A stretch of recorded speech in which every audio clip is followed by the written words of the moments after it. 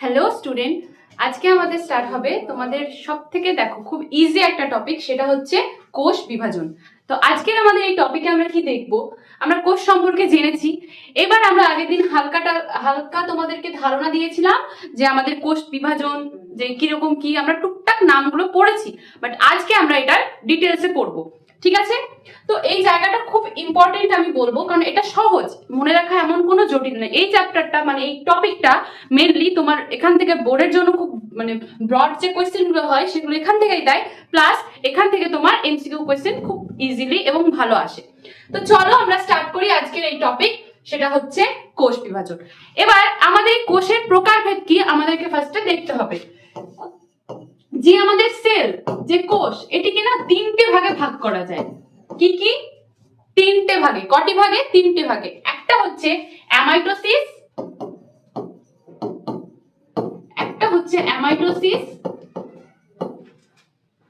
তারপর হচ্ছে তোমার মাইটোসিস, এন্ড দেন মিওসিস।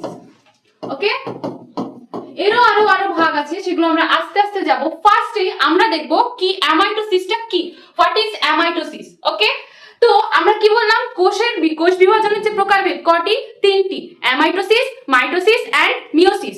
তো চলো আজকে আমরা দেখব যে অ্যামাইটোসিস কাকে বলে। তো চলো দেখা যাক।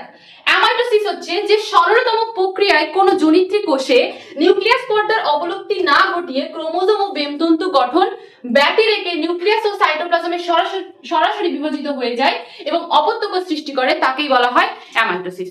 দেখো, কোষ বিভাজনের একটা ধারণা তোমাদের মধ্যে রাখতে হবে যে এখানে জনিত্রী জীব থেকে অপত্য জীব সৃষ্টি হয়, রাইট? আমরা আগের দিন বলেছি, যখন তোমরা ক্রোমোজোম সম্পর্কে জেনেছো, যখন কোষ সম্পর্কে আমরা বলেছি, তখন বলিনি যে একটা জায়গায় কেটে গেলে সেখানে যেমন কোষগুলো তৈরি হয়ে আবার সেই জায়গাটা ঠিক করে দেয়। প্লাস যখন আমরা যে ক্রোমোজোম পড়লাম, অটোজোম, সেক্স ক্রোমোজোম সম্পর্কে পড়েছি, তখন আমরা দেখেছি যে কিভাবে আমাদের বংশবৃদ্ধি হয়। তো সেটা কি হয়, জনিত্রী কোষ থেকে অপত্য কোষ সৃষ্টি হয়। তো আজকে দেখো, এটাও হচ্ছে তোমার সেরকমই একটা জিনিস, অ্যামাইটোসিস। অ্যামাইটোসিসটা কি? যে সরলতম প্রক্রিয়ায় জনিত্রী কোষ নিউক্লিয় পর্দার অবলুপ্তি না ঘটিয়ে। আমরা নিউক্লিয়াস দেখেছি, ঠিক আছে? আমরা আগের দিন নিউক্লিয়াস যখন পড়েছিলাম, সেখানে নিউক্লিয় পর্দা ছিল। নিউক্লিয়াসকে ঘিরে যে তোমার একটা যে পর্দা, নিউক্লিয় পর্দা, সেই পর্দার অবলুপ্তি না ঘটিয়ে ক্রোমোজোম ও বেমতন্তু গঠন ব্যতি রেখে, মানে ক্রোমোজোম আর বেমতন্তু গঠন ব্যতি রেখে মানে কি, সেটাকে রেখে মানে সেটা না গঠিত হয়েই নিউক্লিয়াস ও সাইটোপ্লাজম সরাসরি বিভাজিত হয়ে যায়। মানে তার মধ্যে মানে নিউক্লিয়াসের কি বলেছে, যে নিউক্লিয়াসটা তোমার ধরো এই যে নিউক্লিয়াস, আর আরেকটা হচ্ছে তোমার যে সাইটোপ্লাজম, মানে নিউক্লিয়াসের মধ্যে তোমার যে থাকে তরল পদার্থ, সেই সাইটোপ্লাজম সরাসরি বিভাজিত হয়ে কি করে, দুটি অপত্য কোষ সৃষ্টি করে, তাকে বলা হচ্ছে অ্যামাইটোসিস, বা সেই পদ্ধতিটা হচ্ছে অ্যামাইটোসিস। ওকে, তো এবার আমরা দেখবো অ্যামাইটোসিসের যদি আমরা একটু স্ট্রাকচারটা দেখি। দেখো এখানে, দেখো এই যে, দেখো তোমরা এখান থেকে আশা করছি বুঝতে পারছো, এই যে অ্যামাইটোসিস, এটা জনিত্রী কোষ, ঠিক আছে? একটা কোষ, তার মধ্যে কি আছে, এখানে যে নিউক্লিয়াসটা আছে, নিউক্লিয়াস আছে, তরল পদার্থ, সেটা হচ্ছে তোমার সাইটোপ্লাজম। এখানে দেখো আস্তে আস্তে কি হচ্ছে, নিউক্লিয়াসের বিভাজন হচ্ছে, নিউক্লিয়াসটা এখানে বিভাজন হচ্ছে, দেন এখানটা দেখো বিভাজন হয়ে আলাদা হয়ে দুটো নিউক্লিওলাস হচ্ছে, দেন অপত্য কোষ সৃষ্টি হয়ে যাচ্ছে, দুটো পুরো কি হচ্ছে, মিডল থেকে ভেঙে যাচ্ছে, ঠিক যেটাই আমরা অ্যামাইটোসিসে পড়লাম। ওকে, এবার দেখো এর স্থান কোথায় আমরা অ্যামাইটোসিসটা দেখতে পাবো। অ্যামাইটোসিস হচ্ছে তো ঠিক আছে, বাট এটা আমরা কোথায় দেখতে পাবো? সেটা হচ্ছে এই প্রকার কোষ বিভাজন ব্যাকটেরিয়া, ইস্ট, অ্যামিবা ইত্যাদি এককোষী জীবদের দেখা যায়। মেনলি এটা আণুবীক্ষণিক ব্যাপার, মানে অনুবীক্ষণ যন্ত্রের সাথে দেখা যাবে। দেখো এই কোষ বিভাজন কোথায় দেখা যায়? ব্যাকটেরিয়া, ইস্ট, অ্যামিবা, ঠিক আছে? এবার এর বৈশিষ্ট্যের মধ্যে দেখো কি কি বলেছে। এই প্রকার কোষ বিভাজনের সময় নিউক্লিয়াস ও সাইটোপ্লাজম একই সঙ্গে বিভাজন ঘটে, যেটা আমরা সংজ্ঞাতেই পড়েছি, যে এখানে কি হয়, নিউক্লিয়াস আর সাইটোপ্লাজম আলাদাভাবে বিভাজিত হয়ে দুটো অপত্য কোষ সৃষ্টি হয়। ওকে, তারপরে বলেছে প্রথম নিউক্লিয়াসটি ডাম্বেল আকার ধারণ করে এবং তখন সাইটোপ্লাজম সহ সমগ্র কোষটি ডাম্বেল আকার ধারণ করে। মানে যখন ওই কোষটা, দেখো এখানে স্ট্রাকচারটা আমরা যদি দেখি, একটা ডাম্বেলের মতো আকার সৃষ্টি হচ্ছে, আস্তে আস্তে এরা কি হচ্ছে, আলাদা হচ্ছে, তারপর এখানে কি হচ্ছে, অপত্য কোষটা সৃষ্টি হচ্ছে, ঠিক আছে? এরপর হচ্ছে নিম্ন শ্রেণীর জীবরা অ্যামাইটোসিস পদ্ধতিতে সংখ্যা বৃদ্ধি করে। নিম্ন শ্রেণী মানে যারা একদম তোমার যেমন আমি উদাহরণে বললাম অ্যামিবা, ইস্ট, এগুলো হচ্ছে তোমার নিম্ন শ্রেণীর প্রাণী। এরা কি করে, এরা এই অ্যামাইটোসিস পদ্ধতিতে তোমার অপত্য জীব সৃষ্টি করে। ক্লিয়ার? বুঝলে এই জায়গাটা? এবার দেখো মাইটোসিস। মাইটোসিস কাকে বলে? অ্যামাইটোসিস তো দেখলাম, অ্যামাইটোসিসের খুব একটা হিউজ ব্যাপার নেই, হিউজ ব্যাপার আছে তোমার মিওসিসের ক্ষেত্রে, ঠিক আছে। তো এই হচ্ছে আমাদের মাইটোসিস। মাইটোসিস এবার কাকে বলে? জটিল ও ধারাবাহিক প্রক্রিয়ায় হতে পারে। এটা সংজ্ঞাতে ফার্স্টে জটিল আছে, কিন্তু এটা জটিলের কিচ্ছু নেই, তোমরা জাস্ট শোনো ভালোভাবে। দেখো যে জটিল ও ধারাবাহিক প্রক্রিয়ায় কোনো দেহমাতৃ কোষে নিউক্লিয়াস ও সাইটোপ্লাজম একবার মাত্র বিভাজিত হয়ে সম আকৃতি, সমগুণ, সমসংখ্যক, ইটস ইম্পর্টেন্ট। কি বলেছে জায়গাটা দেখো, সম আকৃতি, সমগুণ প্লাস সমসংখ্যক ক্রোমোজোম সহ দুটি অপত্য কোষ সৃষ্টি করে, তাকে মাইটোসিস বলে। মানে এখানে হচ্ছে যে ধরো একটা কোষ আর একটা কোষ, দুটো কোষ তৈরি হয়েছে, ঠিক আছে।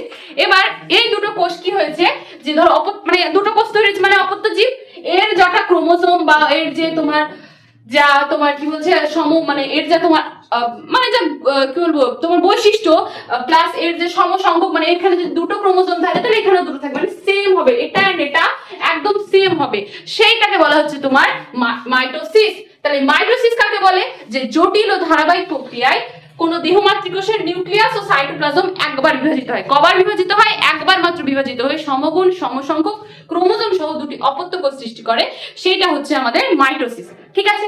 এবার আমরা দেখবো যে এই মাইটোসিসটা হয় কোথায়। মাইটোসিস কোষ বিভাজনের প্রধান স্থান হলো উদ্ভিদ ও প্রাণীর দেহমাতৃকোষ। তাহলে কোথায়?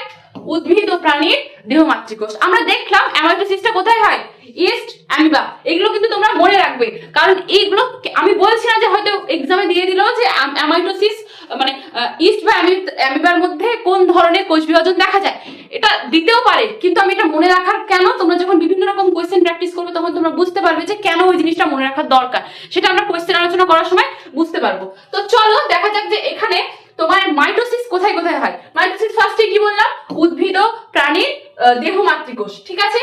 তারপর হচ্ছে উদ্ভিদের বর্ধনশীল অঙ্গ, মানে যেমন হচ্ছে কাণ্ড, তারপর মূলের অগ্রভাগ, এইরকম বিভিন্ন মূলের ভাজক কলা, এগুলো মানে মেনলি হচ্ছে এটা উদ্ভিদ। তাহলে মাইটোসিসটা কার মধ্যে দেখা যায়? উদ্ভিদের মধ্যে, ঠিক আছে। তোমরা এই জিনিসটা বুঝলে। এবারে যদি আমরা বৈশিষ্ট্যগুলো দেখি, মাইটোসিস কোষ বিভাজনে কি হয়? জনিত্রী কোষ থেকে দুটি অপত্য কোষ সৃষ্টি হয়। এই প্রকার কোষ বিভাজন মাতৃকোষ এবং অপত্য কোষের ক্রোমোজোম সংখ্যা সমান থাকে, রাইট। কারণ আমাদের কি বলেছে, একবার বিভাজিত হয়ে কি হয়, এই প্রকার কোষ বিভাজনে মাতৃকোষ আর অপত্য কোষের ক্রোমোজোম সংখ্যা সমান থাকে। মানে যদি মাতৃকোষে একটি ক্রোমোজোম থাকে তাহলে অপত্য কোষে কয়টি ক্রোমোজোম থাকবে? একটি ক্রোমোজোম থাকবে, ক্লিয়ার। এই কারণে মাইটোসিসকে সদৃশ বিভাজন বলা হয়। এই কোশ্চেনটা তোমার দেওয়া হয় যে সদৃশ বিভাজন কোন, মানে নিম্নলিখিত কোন কোষ বিভাজনটাকে সদৃশ বা সম বিভাজন বলা হয়? কাকে? মাইটোসিসকে। কেন? কারণ এর মাতৃকোষে যতটা মানে ক্রোমোজোম সংখ্যা থাকে, এর যে অপত্য কোষটা হয়, মানে এর যে জনিত্রী মানে অপত্য কোষটা সৃষ্টি হয়, সেখানেও ঠিক ততগুলোই কি থাকে? ক্রোমোজোম থাকে। দ্যাটস হোয়াই এটাকে কি বলা হয়? সদৃশ বিভাজন, ঠিক আছে। এবার থার্ড পয়েন্ট, এই প্রকার কোষ বিভাজনে প্রথমে নিউক্লিয়াসটি 4টে সাইটোপ্লাজমে বিভাজিত, নিউক্লিয়াসটি 4টে দশার মাধ্যমে মানে প্রোফেজ, মেটাফেজ, অ্যানাফেজ ও টেলোফেজে বিভাজিত হয়। পরে সাইটোপ্লাজম বিভাজিত হয়ে দুটি অপত্য কোষ সৃষ্টি করে। এই প্রকার কোষ বিভাজনের প্রধান তাৎপর্য হলো জীবদের বৃদ্ধি ঘটানো, ঠিক আছে। এবার আমরা মাইটোসিসটা পড়লাম, এবার মাইটোসিসকে এবার ডিটেইলে দেখবো। এখানে দেখো শর্ট করে লেখা আছে মাইটোসিসকে সদৃশ বিভাজন বলার কারণ। মাইটোসিস কোষ বিভাজনের সময় একটি মাতৃকোষ থেকে সম আকৃতি, সমগুণ এবং সমসংখ্যক ক্রোমোজোম বিশিষ্ট দুটি অপত্য কোষ সৃষ্টি হয়, তাই মাইটোসিসকে কি বলা হয়? সদৃশ বিভাজন। ইটস ইম্পর্টেন্ট, ঠিক আছে। এখান থেকে এমসিকিউ আসতে পারে, প্লাস বোর্ডেও তোমার 1 নম্বরের কোশ্চেনে দিতে পারে যে সদৃশ বিভাজন কেন বলা হয়। ওকে, ওইটা গেল তোমার মাইটোসিস। এবার মাইটোসিসের যে আমরা পড়লাম না যে প্রোফেজ, মেটাফেজ, অ্যানাফেজ, টেলোফেজ, তো এটা সম্পর্কে আমরা পড়বো। তো ছোট্ট করে আগে আমরা মিওসিসটা দেখে নিই, ঠিক আছে, কারণ দেন আমরা ওখানে যাব। এবার দেখো মিওসিস কাকে বলে। আমরা কোষ বিভাজনের একটা অ্যামাইটোসিস পড়ে নিলাম, মাইটোসিস পড়লাম, now the third and last meiosis. What is meiosis? Meiosis হচ্ছে যে বিভাজন প্রক্রিয়ায় জনন মাতৃকোষের নিউক্লিয়াসটি, দেখো এই সংজ্ঞাটা খুব ইম্পর্টেন্ট, আমি বোর্ডের জন্য বলছি, এই সংজ্ঞাটা ইম্পর্টেন্ট, এটা দেয় মিওসিস কাকে বলে, একদম মানে দেয় এটা। তো এটা তোমরা দেখো, যে বিভাজন প্রক্রিয়ায় জনন মাতৃকোষের নিউক্লিয়াসটি প্রথমে হ্রাস বিভাজন ও পরে সম বিভাজন, মানে এখানে কবার বিভাজিত হচ্ছে? দুবার। মাইটোসিসে কি হয়েছিল? একবার বিভাজিত হয়েছিল, আর মিওসিসে কি হচ্ছে? দুবার বিভাজিত হচ্ছে। প্রথমে কি হচ্ছে? হ্রাস বিভাজন, তারপরে কি হচ্ছে? সম বিভাজন। দেন পরপর দুবার বিভাজিত হয়ে জনন মাতৃকোষের অর্ধেক ক্রোমোজোম সহ 4টি অপত্য কোষ সৃষ্টি হয়, তাকে বলা হচ্ছে মিওসিস। তাহলে এখানে কি হচ্ছে? জনন মাতৃকোষ যদি 2n হয়, ঠিক আছে, জনন মাতৃকোষ জনন মাতৃকোষ যদি 2n হয়, ওকে, তাহলে সেখান থেকে তোমার যে তোমার অপত্যটার সৃষ্টি হচ্ছে, সেই অপত্যটা কি হয়ে যায়, হাফ হয়ে যায়, মানে n হয়ে যায়। বুঝলে? এটা কিসে হয়? এটা হচ্ছে মিওসিসে। কিন্তু মাইটোসিসে কি হয়? মাইটোসিসে সেম থাকে। এটা তোমরা ডিফারেন্স করলে বুঝতে পারবে। এবার দেখবো আমরা স্থান, আমাদের যে মিওসিসটা হচ্ছে সেই মিওসিসের স্থানটা কোথায়। স্থানটা দেখো, মিওসিস প্রক্রিয়া জনন মাতৃকোষে, জনন কোষ সৃষ্টির সময় ঘটে। মস ফার্ন প্রভৃতি উদ্ভিদে হয়। এই তোমার উচ্চ শ্রেণীর উদ্ভিদের পরাগধানী পরাগরেণু মাতৃকোষ ও ডিম্বাশয় ডিম্বক মধ্যস্থ এগুলোতে হয়। স্থানটা খুব একটা ইম্পর্টেন্ট না। এইবার দেখো এখানটাতে যেমন কি বলেছে যে দেখো এই পয়েন্টটা তোমরা ভালোভাবে লক্ষ্য করো যে বৈশিষ্ট্য, এই প্রক্রিয়ায় মাতৃকোষটি 2 দফায় বিভাজিত হয়। প্রথমটি হ্রাস, পরেরটি সদৃশ। সদৃশ কেন, হ্রাস কেন? প্রথমে কমে যাচ্ছে, তারপরে সদৃশ কেন, তারপরে সেম থাকছে। মানে এই n থেকে যখন আমার ভাগ হয় তখন সেটা n আর nm হয়ে যায়। বুঝতে পারলে? হ্যাঁ, 2n দেন ওখান থেকে nn দেন n থেকে আবার যখন হয় তখন nn ই থাকে, মানে সেম থাকে। মানে ফার্স্ট এরটা হ্রাস, তারপরটা সদৃশ। ওকে, এবার দেখো আমরা যখন মাইটোসিসকে পড়েছিলাম তখন মাইটোসিসকে কি বললাম? সদৃশ বিভাজন বলা হয়। আর মিওসিসকে বলা হয় হ্রাস বিভাজন। মিওসিস প্রক্রিয়ায় মাতৃকোষের ক্রোমোজোম সংখ্যা অপত্য কোষের অর্ধেক হয়ে যাওয়ার মিওসিসকে হ্রাস বিভাজন বলা হয়। তাহলে ইটস অলসো ইম্পর্টেন্ট, এটাও কি ইম্পর্টেন্ট, এটাও পরীক্ষায় দেয় যে নিম্নলিখিত কোষ বিভাজনের মধ্যে কোনটিকে হ্রাস বিভাজন বলা হয়, বা হ্রাস বিভাজন কোন কোষ বিভাজনকে বলা হয়। তাহলে কাকে? সেটা হচ্ছে মিওসিস। আর সদৃশ সেটা হচ্ছে মাইটোসিস। এই দুটো কিন্তু গুলিয়ে ফেলো না, এটা তোমরা মনে রেখো। ওকে, এই গেল আমাদের তোমার মিওসিস, মাইটোসিস, অ্যামাইটোসিসের যে আমি সংজ্ঞাটা একটু ডিটেইলসটা বললাম। ঠিক আছে, এইবার আমরা দেখব যে তোমার কোষ চক্র। এবার আমরা দেখব কোষ চক্র। কোষ চক্রটা একটা ছোট্ট টপিক, তো এই জিনিসটাকে আমি ক্লিয়ার করে দিই, দেন আমরা মাইটোসিস এন্ড মিওসিসের ডিটেইলে যাব। ওকে, তো চলো আমরা দেখি যে কোষ চক্র কি, হোয়াট ইজ সেল সাইকেল। নিশ্চয়ই কিছু একটা জিনিস যেটা কি হচ্ছে সাইকেল আকারে, মানে চক্রাকারে আবর্তিত হচ্ছে, রাইট? তো সেটা কি? দেখো, কোষের বৃদ্ধি ও বিভাজনের বিভিন্ন দশার চক্রাকার আবর্তনকে কোষ চক্র বলে। কোষের বৃদ্ধি ও বিভাজন, বৃদ্ধি করছে, বিভাজিত হচ্ছে, দেন যে চক্রাকার আবর্তিত হচ্ছে, মানে আবার বৃদ্ধি আবার বিভাজন যে জিনিসটা ঘটছে সেটাকেই বলা হচ্ছে তোমার কোষ চক্র। এইবার দেখো কোষ চক্রের দুটি পর্যায় আছে, ঠিক আছে? তো আমাদের যে সেল সাইকেল, সেল সাইকেলের যে তোমার দুটো পর্যায় আছে, সেই দুটো পর্যায় নিয়ে আমরা এবার একটু আলোচনা করব। একটা হচ্ছে ইন্টারফেজ বা ওয়ান ফেজ বা মাইটোটিক ফেজ, বা এই যে তোমার ইন্টারফেজ, ঠিক আছে? একটা হচ্ছে ইন্টারফেজ এন্ড সেকেন্ডলি হচ্ছে মাইটোটিক ফেজ। সেকেন্ডলি কি? Mitotic phase. ওকে, এইবার আমরা দেখবো যে ইন্টারফেজটা কি আর মাইটোটিক ফেজটা কি। ইন্টারফেজটা দেখো, এই পর্যায়ে কোষ বিভাজন ঘটে না। কি হয়? এখানে তোমার কোষ বিভাজন ঘটে না। এই সময় বিভাজনের প্রস্তুতি পর্ব চলে, মানে বিভাজন হবে তার ঠিক আগের পর্যায়ে, ইন্টারফেজ মানে একদম ফার্স্ট পর্যায়ে, ঠিক আছে? তো সেখানটাতে কি হচ্ছে যে এই সময় ডিএনএ আরএনএ প্রোটিন সংশ্লেষের কাজ সংগঠিত হয়। ইন্টারফেজে 3টে দশা দেখা যায়, একটা হচ্ছে G1, একটা হচ্ছে তোমার S, আর একটা হচ্ছে G2, ঠিক আছে? এর মিডিলে কিন্তু একটা থাকে G0 দশা। চলো আমরা এবার সেটা দেখব যে ইন্টারফেজ দশাটা অ্যাকচুয়ালি কি এবং সেখানে কি হচ্ছে। ওকে, ইন্টারফেজ দশা সম্পর্কে এবার আমরা জানবো। তো ইন্টারফেজটা দেখো, এবার ইন্টারফেজে দেখবো যে কটা দশা বললাম? 3টে। একটা হচ্ছে তোমার G1, 2 নম্বর হচ্ছে S, 3 নম্বর হচ্ছে G2। এবার আমরা দেখবো যে কি কি হয়, এর কাজটা কি। এটা কিন্তু এই জায়গাটা খুব ইম্পর্টেন্ট, আমাদের এই জায়গা থেকে ঘুরিয়ে ফিরিয়ে কিন্তু কোশ্চেন দেয়। তোমরা যদি কোশ্চেন নিয়ে ঘাটাঘাটি করো তোমরা বুঝতে পারবে যে এই জায়গাগুলো থেকে কিন্তু খুব ঘুরিয়ে ফিরিয়ে কোশ্চেন দেয়। তো চলো আমরা দেখি এখান থেকে কি বলেছে। G1 দশা বা গ্রোথ 1 দশা, এখানে কি হয়? প্রোটিন সংশ্লেষ হয়। তাহলে এখান থেকে কোশ্চেনটা কি হতে পারে? ইন্টারফেজ দশার কোন, মানে ইন্টারফেজের কোন দশায় প্রোটিন সংশ্লেষ হয়? তাহলে G1 এখানে কি হচ্ছে? এখানে কি হচ্ছে? প্রোটিন সংশ্লেষ, ঠিক আছে? এইগুলো থেকে কোশ্চেনটা দেয়, মানে এখান থেকে দেবে কোশ্চেন যে আমাদের কি হচ্ছে, যে তোমার দেখো G1 দশায় কি হচ্ছে? প্রোটিন সংশ্লেষ হচ্ছে। সেকেন্ডলি S দশা, S দশার কাজ কি? এই দশায় ডিএনএ সংশ্লেষ হচ্ছে। তাহলে এখানে কি হচ্ছে? ডিএনএ সংশ্লেষ হচ্ছে। লাস্ট অফ G2, G2 তে কি হচ্ছে, এই দশায় চরম বিপাকীয় সক্রিয়তা দেখা যায়। চরম বিপাকীয় মানে এখানে তোমার কি হচ্ছে, এখানে তোমার বিপাকীয় যে কাজটা সেটা হচ্ছে তোমার G2 দশায়, ঠিক আছে, বিপাকীয় কার্য। ওকে, তাহলে এখান থেকে আমাদের এই জায়গাটা কিন্তু মোস্ট ইম্পর্টেন্ট। এখানটা ইম্পর্টেন্ট কেন ইম্পর্টেন্ট, কারণ এখান থেকে কোশ্চেন দেয় ইন্টারফেস দশায় কোন দশায় প্রোটিন সংশ্লেষ হয়, কোন দশায় ডিএনএ সংশ্লেষ হয়, আর কোন দশায় বিপাকীয় কার্য চলে, ঠিক আছে। তো এই হচ্ছে তোমার এই দশার কাজ। এবার এখানে একটা ছোট্ট করে একটা বলছে G0 দশা হলো যেখানে কোষ চক্রটি থেমে যায়, এটি G1 দশায় অবস্থান করে। এবার স্নায়ুকোষ ও লোহিত রক্তকণিকা G0 দশায় অবস্থান করে। ওকে, তাহলে এই দেখো এই জায়গাটা দেখো, এখানে কি বলেছে G0 দশা। আরেকটা তোমাদেরকে বললাম না যে একটা G0 দশা আছে, সেখানটাতে কি হচ্ছে স্নায়ুকোষ ও লোহিত রক্তকণিকা কি হয় ওখানে অবস্থান করে। তাহলে এখানে তাহলে স্নায়ুকোষ আর এই যে স্নায়ুকোষ ও লোহিত রক্তকণিকা, ঠিক আছে, লোহিত রক্তকণিকা সেটা তোমার ইন্টারফেজের কোন দশায় অবস্থান করে, সেটা হচ্ছে এই G0 দশা। ওকে, তোমরা বুঝলে এই জায়গাটা, এখানটাতে হচ্ছে এই গেল ব্যাপার।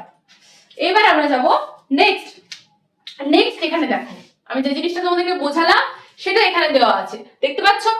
এখানে দেখো আমাদের যে ইন্টারফেসের যে সার্কেলটা, ওকে, ইন্টারফেসের যে সার্কেলটা সেটা এখানে বলা আছে। সেখানে দেখো এই যে G1 দশা, তারপর আসছে তোমার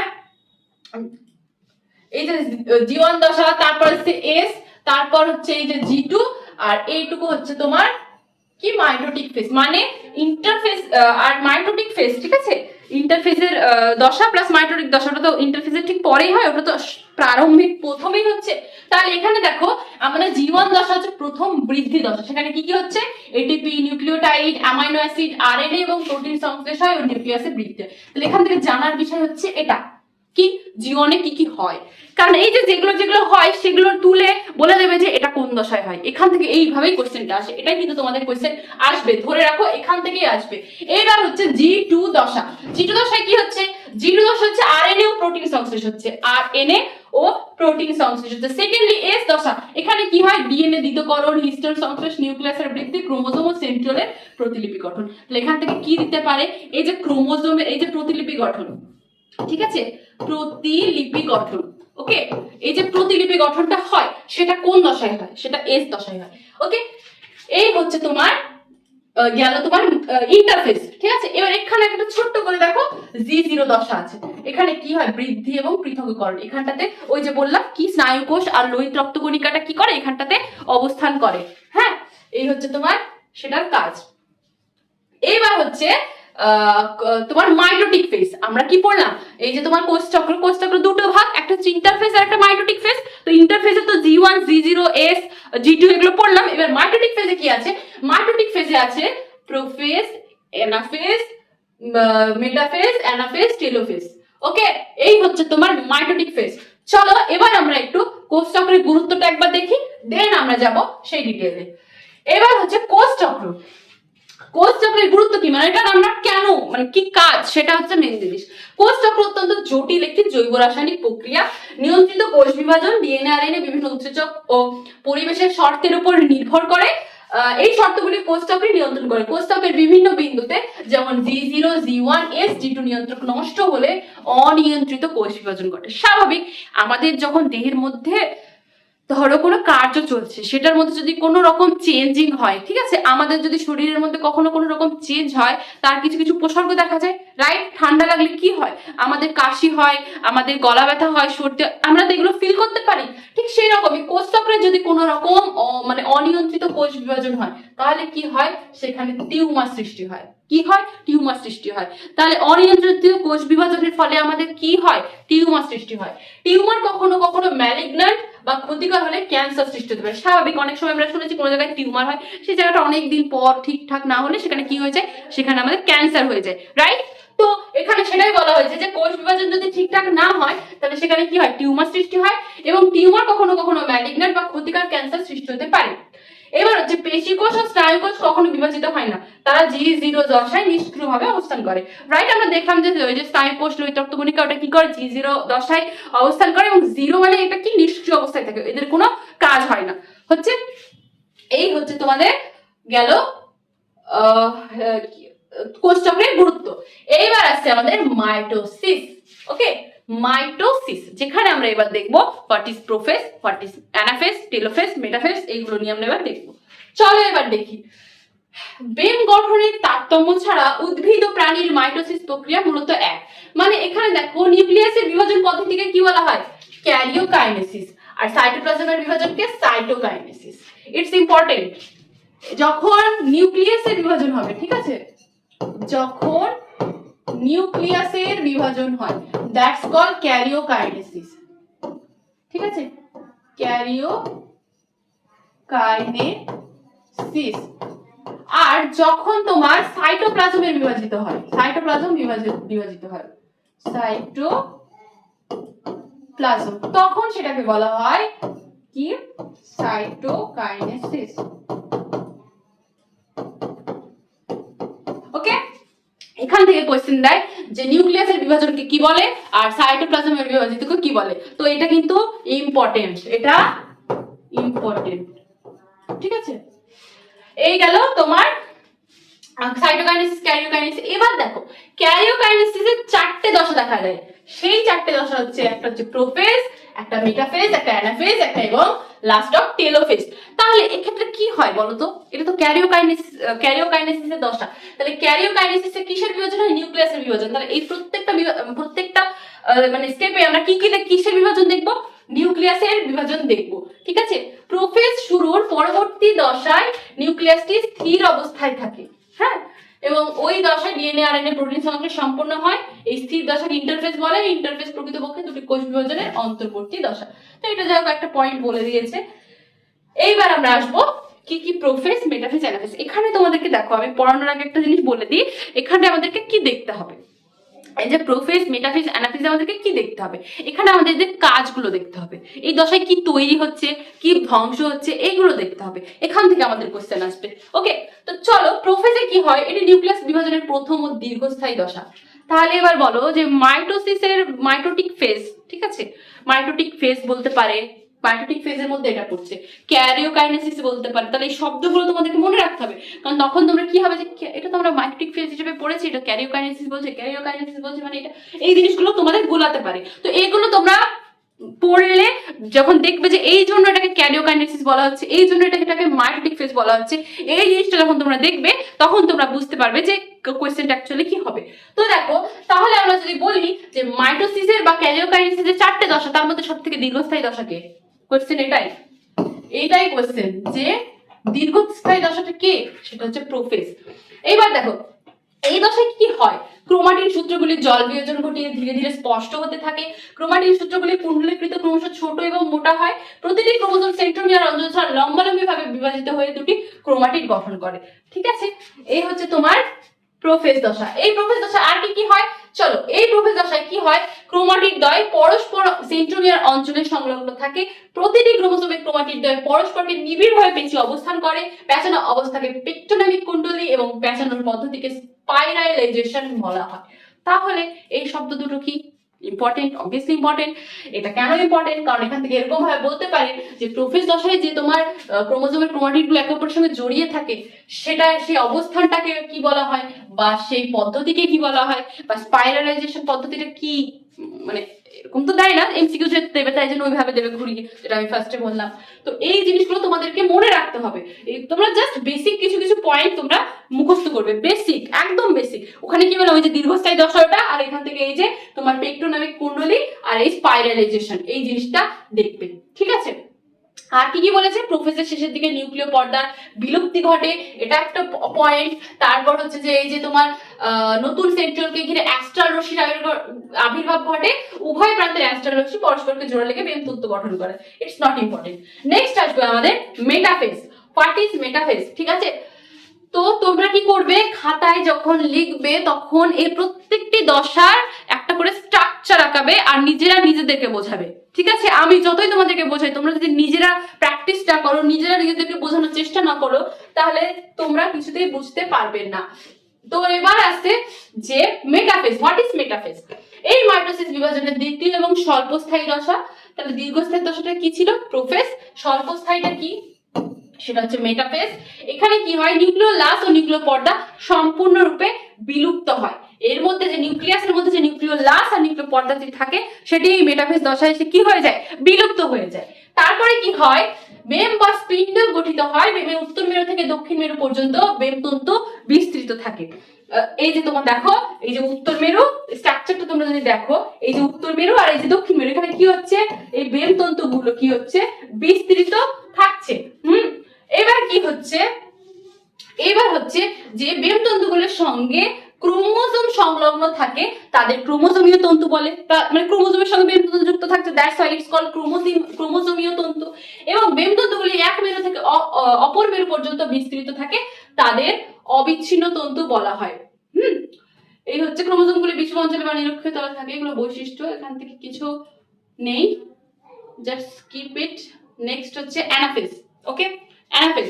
এবার অ্যানাফেজের মধ্যে কিন্তু অ্যানাফেজিও চলনটা থেকে কোশ্চেন আসে। অ্যানাফেজিও চলন, চলো আমরা দেখি হোয়াট ইজ অ্যানাফেজিও চলন। এখানে দেখো ফার্স্টেই বলেছে নিউক্লিয়াস বিভাজনের তৃতীয় এবং ক্ষণস্থায়ী দশা। একটা দেখলাম দীর্ঘস্থায়ী প্রোফেজ, স্বল্পস্থায়ী মেটাফেজ, আর ক্ষণস্থায়ী দশা হচ্ছে অ্যানাফেজ। এগুলো কিন্তু মনে রাখবে, এখান থেকে কোশ্চেন আসতেই পারে, মানে মানে ক্ষণস্থায়ী, দীর্ঘস্থায়ী, স্বল্পস্থায়ী নিয়ে। এই দশার শুরুতে প্রতিটি ক্রোমোজোমে সেন্ট্রোমিয়ার সমান দুভাগে বিভক্ত হয়, ফলে প্রতিটি ক্রোমাটিড নতুন সেন্ট্রোমিয়ার সহ অপত্য জীব সৃষ্টি করে। ঠিক আছে, এখানে কি হয়, এই যে দেখো, এই যে ক্রোমাটিড গুলো, এখানে যদি তোমরা স্ট্রাকচারটাকে লক্ষ্য করো, এই ক্রোমাটিড গুলো কি হচ্ছে, আলাদা হয়ে যাচ্ছে। এদিকে এদিকে একটা মেরুতে চলে আসছে, এদিকে একটা মেরুতে চলে আসছে। তাহলে কি হচ্ছে, এখানে কি হচ্ছে, অপত্য জীব যে সৃষ্টিটা হয়, যেটা আমরা পড়লাম, সে অপত্য জীব, যে জনিত জীব থেকে অপত্য জীব সৃষ্টি হয়, সেটা এখানে হচ্ছে।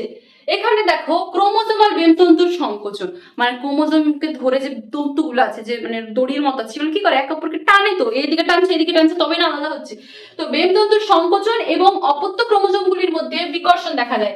অপত্য ক্রোমোজোম মানে মানে তোমরা এই যে স্ট্রাকচার গুলো থাকছে না, এরকম থাকছে, এরকম এরকম থাকছে, প্লাস এরকম এরকম এরকম যে ব্যাপারটা থাকছে, এদের মধ্যে কি হচ্ছে, একটা বিকর্ষণ তৈরি হচ্ছে। বিকর্ষণের ফলে কি হচ্ছে, তারা একে অপরের থেকে দূরে চলে যাচ্ছে। দূরে চলে যাওয়ার কারণে কি হচ্ছে, একটা বেমের উত্তরের দিকে, একটা বেমের দক্ষিণ মেরুর দিকে সরে যেতে থাকে, একেই বলা হচ্ছে অ্যানাফিজিও চলন। তাহলে এখানে কোশ্চেন কি আসবে, কোশ্চেন কি এটা আসবে, অ্যানাফিজিও চলন কাকে বলে? হ্যাঁ আসবে। কার জন্য? ওটা বোর্ডের জন্য। আমাদের কি কোশ্চেন আসবে, আমাদের এই কোশ্চেনটা আসবে যে অ্যানাফিজিও চলন দেখা যায় কোন দশা। এটা তোমরা সবাই পারবে, বিকজ ওই যে চলনটার নামের মধ্যে আমাদের অ্যান্সার আছে, অ্যানাফেজ। ঠিক আছে, এই গেল তোমার অ্যানাফিজিও চলন। এবার দেখো এই অ্যানাফেজিও চলনের মধ্যে কি হচ্ছে, সেন্ট্রোমিয়ারের অবস্থান। এই যে সেন্ট্রোমিয়ার মানে এখানে যে অবস্থানটা থাকে না, সেই অবস্থান অনুসারে এর নাম আছে। একটা হচ্ছে মেটাসেন্ট্রিক, সাবমেটাসেন্ট্রিক, অ্যাক্রোসেন্ট্রিক আর টেলোসেন্ট্রিক। ঠিক আছে, তো মেটাসেন্ট্রিক আকৃতিটা কি ভি এর মতো, দেন এল, দেন জে, দেন আই। এটা তোমরা একটু দেখে নেবে, তোমরা পড়তে পড়তে আমি জানি তোমরা খুব ভালো স্টুডেন্ট, তোমরা পেরে যাবে। এবার হচ্ছে তোমরা আমরা যাব টেলোফেজে। What is telophase? Telo means tell, last পর্যায়ে। ঠিক আছে, লাস্ট পর্যায়ে এখানে আমাদের কি আছে, এটি নিউক্লিয়াস বিভাজনের চতুর্থ এবং সর্বশেষ দশা। নামের মধ্যেই আছে, দেখো এটা সর্বশেষ দশা। এর মধ্যে এবার কি বলেছে, ক্রোমোজোম গুলি কি বিপরীত মেরুতে অলরেডি চলে গেছে, যেটা আমরা আগের দশায় পেয়েছি। সেখানে কি হয়, তারপর ক্রোমোজোম গুলির কুণ্ডলী খুলে যেতে থাকে এবং ঘনীভবন কমে যায়, ফলে অপত্য ক্রোমোজোম গুলি দীর্ঘ ও সরু হয়। এই যে এখানে দেখো প্রাণী কোষ, উদ্ভিদ কোষ দুটোর ক্ষেত্রে দেখিয়ে দিয়েছে, আমি তোমাদের প্রাণী কোষ দেখাচ্ছি। এখানে কি হচ্ছে, এই তোমার এখানে কি হচ্ছে, নিউক্লিয়াসটা পুরো আলাদা হয়ে গেছে, বেমতন্তুগুলো একসঙ্গে জড়িয়ে গেছে। এর মধ্যে কি হচ্ছে, এখানে দুটো আলাদা আলাদা অপত্য নিউক্লিয়াস তৈরি হয়ে গেছে, যার ফলে কি হয়েছে, দুটো আলাদা অপত্য জীব সৃষ্টি হয়েছে। ঠিক আছে, এবার দেখো এখানে কি বলেছে, বেমতন্তুগুলি বিলুপ্ত হয়, প্রাণী কোষের বিষম অঞ্চলে ইন্টারজোনাল তন্তুগুলি স্টেম বডি গঠন করে। স্টেম বডি গঠন হয় কোন দশায়, কোন দশায়? টেলোফেজ দশা। তাহলে তোমরা বুঝতে পারছো যে এখান থেকে কি মনে রাখতে হবে আর কেমন কোশ্চেন আসবে। আই নো তোমরা এবার বুঝছো। তো এখানে এই মেন মেন বৈশিষ্ট্যগুলো আমি তোমাদেরকে বলে দিলাম। তাহলে একদম লাস্টে আমাদের কি, এগুলো তো একটা স্টেপ। এই যে জনিত্রী জীব থেকে অপত্যটা সৃষ্টি হয়, সেই সৃষ্টি হওয়ার যে পরপর স্টেপ, প্রোফেজে একরকম কাজ হচ্ছে, তারপর মেটাফেজে একরকম হচ্ছে, তারপর অ্যানাফেজে হচ্ছে, দেন টেলোফেজে এসে কি হচ্ছে, দুটি অপত্য মানে ফাইনালি দুটি অপত্য জীব সৃষ্টি হয়ে যাচ্ছে। ওকে, এবার আসছে তোমার সাইটোকাইনেসিস। এই একটা ছোট্ট জিনিস, হোয়াট ইজ সাইটোকাইনেসিস? সাইটোকাইনেসিসটা কি, চলো একবার দেখে নিই। সাইটোকাইনেসিসটা হচ্ছে তোমার উদ্ভিদ কোষের ক্ষেত্রে, এটা মেইনলি তোমার বোঝা যায়, প্রাণী কোষের ক্ষেত্রেও বোঝা যায়, উদ্ভিদ কোষের ক্ষেত্রেও বোঝা যায়। তো নিউক্লিয়াস বিভাজনের টেলোফেজ চলাকালীন বেমের বিষুব অঞ্চলে মাঝ বরাবর মাইক্রোফিলামেন্ট নামক সূক্ষ্মতন্তু গুচ্ছাকারে জমা হয়। হয়ে ফ্রাগমোপ্লাস্ট গঠন করে, যা গলগি ভেসিকলের সঙ্গে মিলিত হয়ে কোষপাত বা সেল প্লেট গঠন করে। ঠিক আছে, ক্লিভেজ পদ্ধতি, প্রাণীকোষ ক্লিভেজ পদ্ধতিতে সাইটোপ্লাজম বিভাজিত হয়। এখানে একটা কোশ্চেন যে এটা হচ্ছে যে প্রাণী কোষে, ঠিক আছে, প্রাণী কোষে তোমার কোন কোষ বিভাজন, মানে যে কোষ বিভাজনটা হয় না, তো সেই কোষ বিভাজনে মানে কি পদ্ধতিতে কোষ বিভাজিতটা হয়, ক্লিভেজ পদ্ধতি, ওটা কিন্তু একটা ইম্পর্টেন্ট। কি বললাম, ক্লিভেজ পদ্ধতিতে সাইটোকাইনেসিস যেটা হয়, ঠিক আছে, ক্লিভেজ পদ্ধতি কার, ওটা হচ্ছে প্রাণী কোষ, প্রাণী কোষ।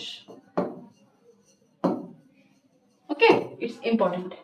এইবার হচ্ছে যে সাইটোকাইনেসিস যদি না হয় তাহলে কি হয়, এখানে যেটা বলে দিয়েছি আমি সেই জন্য বলছি, নিউক্লিয়াস বিভাজনের পর সাইটোকাইনেসিস যদি না ঘটে দুটি অপত্য কোষ সৃষ্টি হবে না, বরং একটি কোষে নিউক্লিয়াসের সংখ্যা দ্বিগুণ বাড়তে থাকবে। মানে একটা কোষের মধ্যে থেকে দুটো নিউক্লিয়াস কি হচ্ছে, আলাদা হয়ে যাচ্ছে। ঠিক আছে, এবার আলাদা হয়ে যাওয়ার পর সেটা যদি সাইটোকাইনেসিস না ঘটে না, তো ওই একটা কোষের মানে একটার মধ্যে দুটো নিউক্লিয়াস থেকে যাবে, আলাদা আলাদা পুরোপুরি আলাদাটা হবে না, সেটা হচ্ছে তোমার সাইটোকাইনেসিস তার জন্যই ঘটে। ঠিক আছে, নিউক্লিয়াস যুক্ত উদ্ভিদ কোষকে সিনোসাইট আর প্রাণী কোষকে সিনসাইটিয়াম বলে। এটা কিন্তু ইম্পর্টেন্ট যে তোমার নিউক্লিয়াস যুক্ত যে উদ্ভিদ কোষ তাকে কি বলা হয়, সিনোসাইট, আর নিউক্লিয়াস যুক্ত যে প্রাণী কোষ তাকে বলা হচ্ছে সিনসাইটিয়াম। ওকে, এই যে তোমাকে স্ট্রাকচার গুলো দেখিয়ে দিয়েছে, স্ট্রাকচার গুলো তোমরা দেখবে, আমি যেগুলো বললাম, যেগুলো বোঝালাম, তারপরে এই স্ট্রাকচার গুলো দেখলে কি হবে, ক্লিয়ার হবে, কারণ আমরা ছবি দেখে বেশি বুঝতে পারি, ইজি লাগে। আই নো তোমরা ছবিগুলো ভালোভাবে প্র্যাকটিস করবে, দেন দেখবে। এবার হচ্ছে যে উদ্ভিদ কোষের মাইটোসিস এবং প্রাণী কোষের মাইটোসিসের পার্থক্য। তো এই পার্থক্যটা আমার বলার কিছু নেই, কারণ এই পার্থক্য মোটামুটি আমি তোমাদেরকে বলে দিয়েছি, এখানে তোমাদের এখান থেকে দেখার কিছু নেই। চলো আমরা এবার নেক্সট চলে যাই, সেটা হচ্ছে মাইটোসিসের। চলো তাৎপর্যটা একবার আমি সঠিক বলে দিচ্ছি, পয়েন্টগুলো দেখো। বৃদ্ধি, কোষ বিভাজন বা ক্ষয়পূরণ, তারপর আসছে তোমার পুনরুৎপাদন, নেক্সট হচ্ছে প্রজনন। তো এই যে পয়েন্ট গুলো, ঠিক আছে, এই কোয়েশ্চেন গুলো ব্রড কোয়েশ্চেন দেয় বোর্ডের জন্য। ঠিক আছে, তো এটা কি হয়েছে, তোমার কি হয়, মাইটোসিসে কি কি হয়, বৃদ্ধি হয়, তারপর কোষ ক্ষয়পূরণ হয়, মানে কোথাও কেটে গেলে যেটা তোমার হয় ক্ষয়পূরণ সেটা হয়, তারপর হচ্ছে তোমার পুনরুৎপাদন মিন্স যেমন হয় না টিকটিকির লেজ কেটে গেলে আবার গজিয়ে যায়, এটা কখন হয়, কিসে হয়, মাইটোসিসে। তাহলে কেন আমি এটা বলছি, কারণ এইগুলো তোমরা পড়তে হবে, এইভাবে কোশ্চেনটা আসে, তোমরা পড়ার কায়দাটা বোঝো, তাহলে তোমরা বুঝতে পারবে যে কোশ্চেন ঠিক কোথায় আসবে। আমি পাতার পর পাতা পড়ে গেলাম, দেন আমরা বুঝতে পারলাম না কোশ্চেন কি হবে, পরে ভাবলাম যে হয়তো কোশ্চেন আমরা বুঝতে পারছি না, কিন্তু না, তখন আমরা কি হয়, মনে হয় যে কোশ্চেন কঠিন, কিন্তু কোশ্চেন কঠিন হয় না, কোশ্চেনটা আমরা ধরতে পারি না। আর সেটা কখন আমাদের হবে, যখন আমরা অতিরিক্ত ডিপলি পড়বো, প্লাস আমরা অতিরিক্ত প্র্যাকটিস করব। প্র্যাকটিস না করলে আমরা কেউ পারবো না। তো চলো, এটা হচ্ছে যেমন বললাম যে ওই যে পুনরুৎপাদন, সেটা কি হয়, সেটা ওই যে আমি সব থেকে ইজিয়েস্ট এক্সাম্পলে বোঝালাম, সেটা হচ্ছে যেমন টিকটিকির লেজ কেটে গেলে আবার ওটা কিন্তু আগে মানে একই রকম হয়ে যায়, মানে আবার তৈরি হয়ে যায়, দ্যাটস কল পুনরুৎপাদন। প্রজনন, এককোষী জীবেরা মাইটোসিস কোষ বিভাজনের মাধ্যমে অযৌন জনন প্রক্রিয়ায় কি করে, তোমার বংশ বিস্তার করে। ওকে, এইবার আসছে আমাদের মিওসিস। What is meiosis? আমরা মাইটোসিস সম্পর্কে পড়ে নিলাম, অনেক কিছু জেনে নিলাম ডিটেলসে, মানে একদম হিউজ ব্যাপার। এবার মিওসিসটা কি, চলো দেখি। মিওসিসের এখানে কি হয়, এখানে সমসংস্থ chromosome, sister non sister chromatid সম্পর্কে একটা বেসিক ধারণা। তো মিওসিসের শুরুতে মাতৃকোষ, পিতৃ ও মাতৃ ক্রোমোজোম জোড়ায় জোড়ায় অবস্থান করে, এদের সমসংস্থ ক্রোমোজোম বলে। ঠিক আছে, সমসংস্থ ক্রোমোজোমের যদি সংজ্ঞাটা দেখি, দেখো, আকৃতি, জিন, সজ্জারীতি, সেন্ট্রোমিয়ারের অবস্থান, প্রকৃতি বৈশিষ্ট্যের উপর ভিত্তি করে পিতৃ ও মাতৃ ক্রোমোজোম দ্বয়কে সমসংস্থ বা হোমোলোগাস ক্রোমোজোম বলে।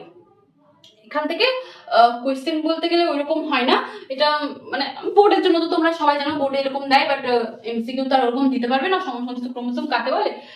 তো এখানে কি বলেছে দেখো, জোটবদ্ধ সমসংস্থ ক্রোমোজোম দ্বয়কে বাইভ্যালেন্ট বা ডায়েট বলে। পরবর্তী পর্যায়ে সমসংস্থ ক্রোমোজোমের প্রতিটি ক্রোমোজোম লম্বালম্বি ভাবে বিভাজিত হয়ে 4টি ক্রোমাটিড গঠন করে, তাকে টেট্রাডে 4টি নন সিস্টার থাকে। এগুলো সিস্টার নন সিস্টার ক্রোমাটিড কাকে বলে, বাইভ্যালেন্ট অবস্থিত সমসংস্থ ক্রোমোজোমের জন্য প্রতিটি ক্রোমোজোমকে সৃষ্ট দুটি ক্রোমাটিডকে সিস্টার বলে। সিস্টার মানে একটা থেকে দুটো, যেমন সিস্টার মিন্স দুই বোন যেমন হয় না, ঠিক সেই রকম। নন সিস্টার ক্রোমাটিড মানে বাইভ্যালেন্টে অবস্থিত দুটি ভিন্ন সমসংস্থ ক্রোমোজোমের ক্রোমাটিড গুলিকে নন সিস্টার বলে। যখন সেম হবে দ্যাটস কল সিস্টার, যখন একটু আলাদা হবে তখন সেটা নন সিস্টার। ঠিক আছে, এবার দেখো মিওসিসের নিম্নলিখিত বৈশিষ্ট্য। এখানে মিওসিস এর নিম্নলিখিত বৈশিষ্ট্যতে আমরা কি দেখবো, যে এখানে দুটি আলাদা আলাদা ভাগ আছে। একটা হচ্ছে তোমার মিওসিস 1, মিওসিস 1 এ আমরা দেখবো যে কি হয়, মিওসিস 1 মিওসিস 2 মানে দুটি পর্যায়ে আলাদা আলাদা আছে। পিতৃ ও মাতৃ ক্রোমোজোম জোড়া জোড়া অবস্থান করে। পিতৃ ও মাতৃ ক্রোমোজোম নিয়ে গঠিত জোড়কে বাইভ্যালেন্ট বলা হয়। এবার মিওসিস 1 এ কি হয়, এখানে আমার কিছু দেখার জিনিস নাই। এই এখানে হচ্ছে ক্রসিং ওভার।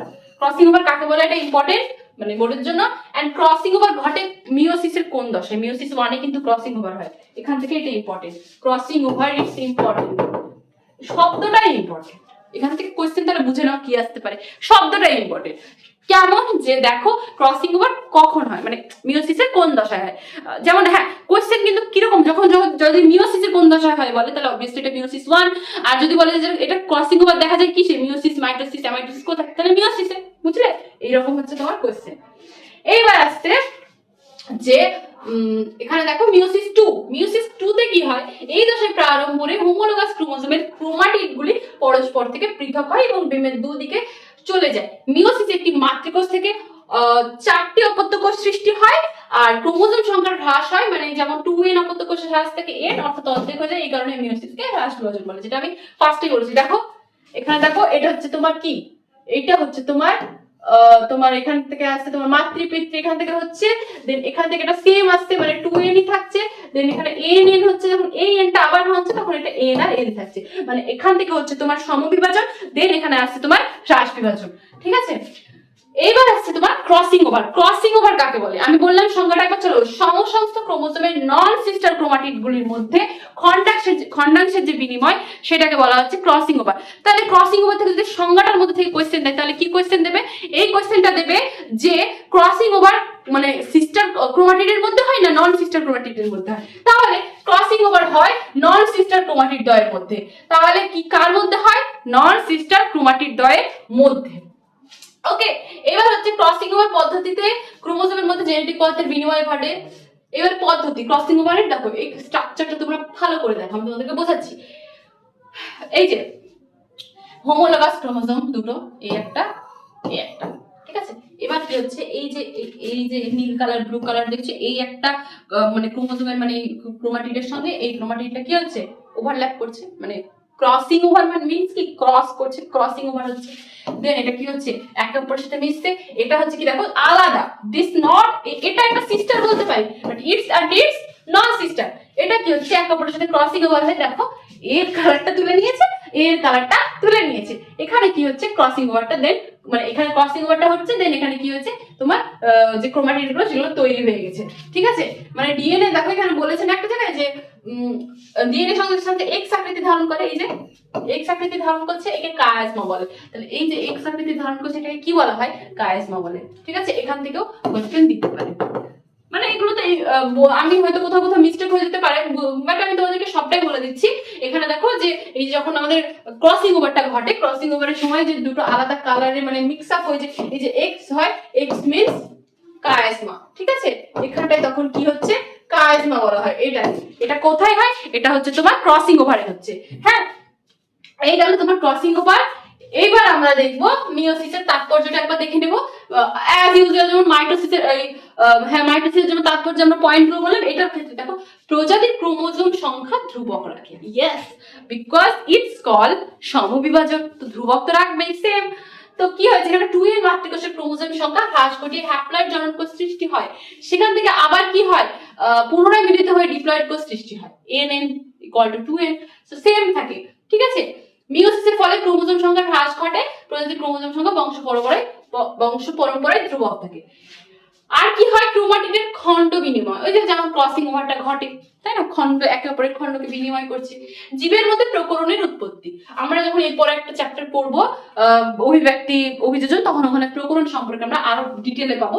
এখানে দেখ কি বলেছে মিওসিস বিভাজনকালে ক্রসিং ওভার ঘটার ফলে যে জিন বিনিময় হয় তার দ্বারা প্রজাতির জিনগত ভেদ বা প্রজননিক প্রকরণ বা ভেদ মানে ডিফারেন্স, যেটা গ্যামেট উৎপাদন, জনন মাতৃকোষে মিওসিস বিভাজনের ফলে গ্যামেট উৎপাদন হয়, রাইট? কারণ 2n থেকে n হচ্ছে দুটি আলাদা আলাদা গ্যামেট উৎপন্ন হচ্ছে, তাই এখানে বলা হয়েছে গ্যামেট উৎপন্ন হচ্ছে। জনুক্রম, জনুক্রমটা কি, মিওসিস বিভাজনের ফলে উৎপন্ন গ্যামেট বা স্পোর জীবদেহের বিশেষ করে উদ্ভিদের জীবন চক্রে গুরুত্বপূর্ণ ভূমিকা পালন করে। বহুকোষী উদ্ভিদের হ্যাপ্লয়েড গ্যামেটোফাইট দশা ও ডিপ্লয়েড স্পোরোফাইট দশার এই যে দেখো বহুকোষী উদ্ভিদের হ্যাপ্লয়েডটা কি আছে, গ্যামেটোফাইট, আর ডিপ্লয়েডটাকে বলা হচ্ছে স্পোরোফাইট। যদি ওটি ডিটেইলে কোশ্চেন দেয় তাহলে কিন্তু এইখান থেকে এইভাবে দেবে।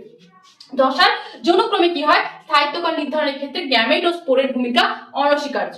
ঠিক আছে, এবার এখানে কিন্তু তোমরা কি কি পয়েন্ট গুলো মনে রাখবা। কেন বলছি, কারণ এই পয়েন্ট বলতে যৌনক্রম যে হয় যেটা, সেটা কোন দশায় হয় হতেই পারে, তারপরে ডিটেল দিতে পারে। তুমি যদি পয়েন্ট মনে রাখো তাহলে একটা পয়েন্টের উপর হয় না যে আমরা একটা নর্মাল পয়েন্ট মনে রাখি, সেখান থেকে আমরা নিজে নিজে ব্যাখ্যা করার টাইমে লিখতে পারি। তো ব্যাপারটা হচ্ছে তাই, তোমরা যদি এই পয়েন্টটা মনে রাখো তাহলে ইজিলি তোমরা বুঝতে পারবে যে এর মধ্যে ঠিক কি ঘটছে। তো লাস্ট এন্ড ফাইনাল যেটা হচ্ছে, আমরা মাইটোসিস আর মিওসিসের পার্থক্য দিয়ে আজকের এই টপিকটা শেষ করব।